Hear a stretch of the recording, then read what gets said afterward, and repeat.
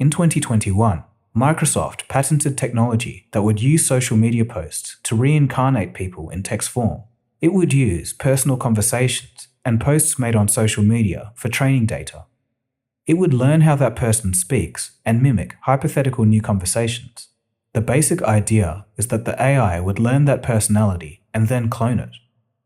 There's no war against the robots. There he is! Stand where you are. Deactivate all. Obey the command. You might think if something's impossible, then it won't happen, even if you don't know why. It just becomes a very unstable situation. Human in danger. Human in danger. Human. It's a crazy thought, but I'm going to tell it to you anyways. So I was just reading one of Ray Kurzweil's books. I think it was called How to Make a Mind. I really liked it, actually. It helped me understand how the brain compresses information, because the world's really complicated, so you have to make a low-resolution representation of it to live in it. And he actually explained to me in a way that I hadn't really understood how the brain might do that neurologically, so that was cool. But you know, Kurzweil's this guy who thinks that he's a smart guy, very smart guy, and he's invented a fair bit of high-end technological software and hardware.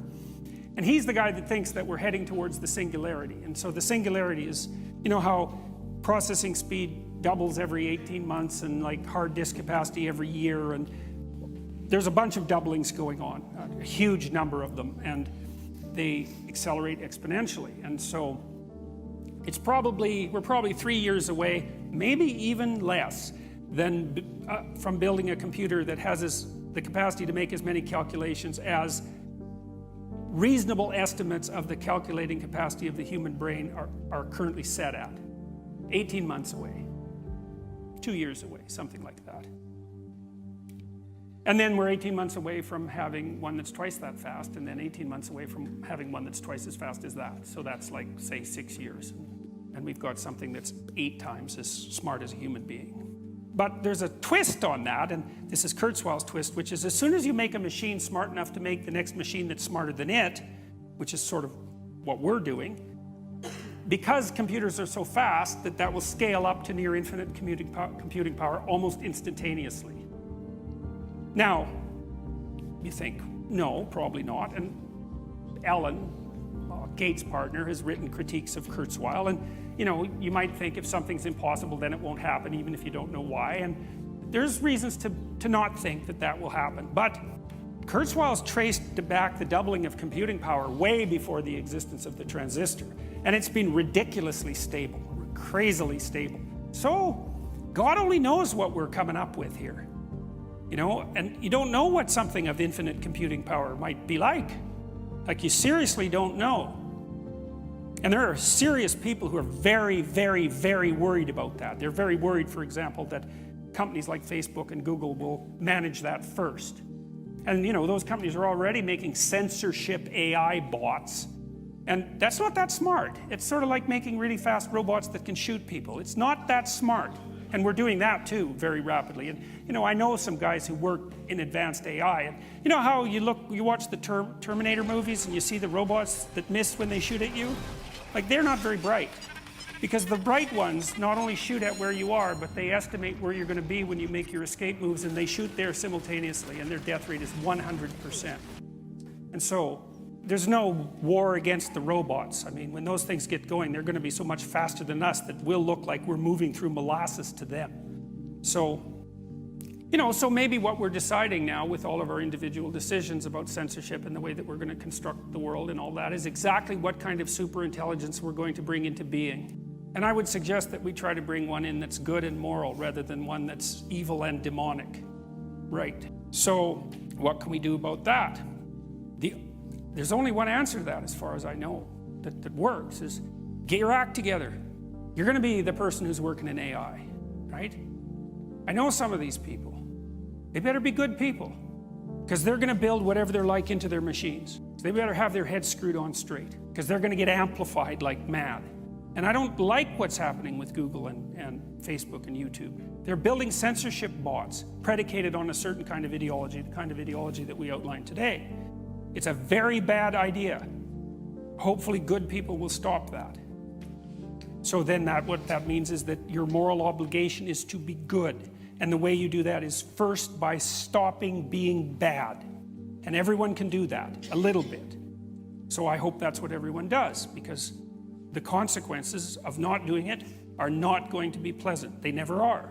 Speaking of really important problems, AI. So you have been outspoken about AI. Could you talk about what you think the positive future for AI looks like and how we get there?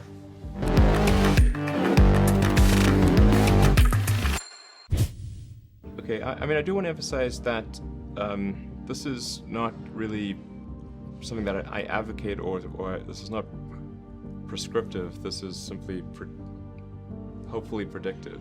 Because people sometimes say, well, like this is something that I want to occur, instead of this is something I think that probably is the best of the available alternatives.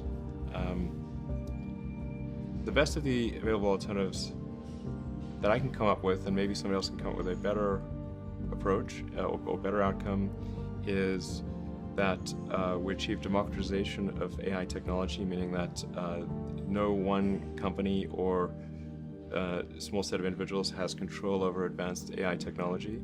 I think that's very dangerous. It could also get stolen by somebody bad, like some evil dictator or country could send their intelligence agency to go steal it and gain control. It just becomes a very unstable situation, I think, if you've got any incredibly powerful AI.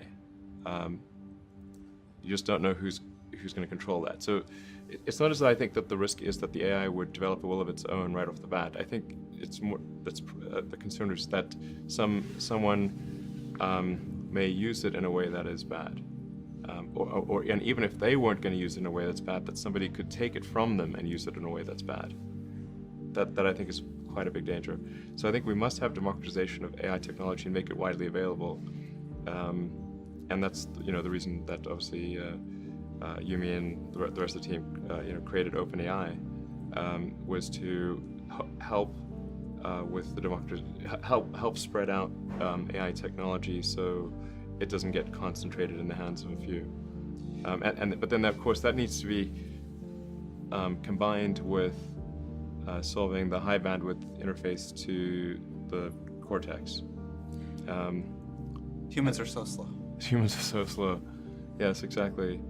But we already have a situation in our brain where we've got the cortex and the limbic system. And the limbic system is kind of that's the primitive brain. It's kind of like your instincts and whatnot. And then the cortex is the thinking upper part of the brain. Those two seem to work together quite well. Occasionally your cortex and limbic system may disagree, but it generally works pretty well. Generally works pretty well, and it's like rare to find someone who, I've not found someone who wishes to either get rid of their cortex or get rid of their limbic system. Very true. Yeah, that's unusual. So I think if we can effectively merge with AI by improving that the neural link between your cortex and your digital extension of yourself, which already, like I said, already exists, just has a bandwidth issue, and then effectively you become an AI human symbiote, and if that then is widespread with anyone who wants it can have it, then we solve the control problem as well. We don't have to worry about some sort of evil dictator AI, because kind of we are the AI collectively. That seems like the best outcome I can think of.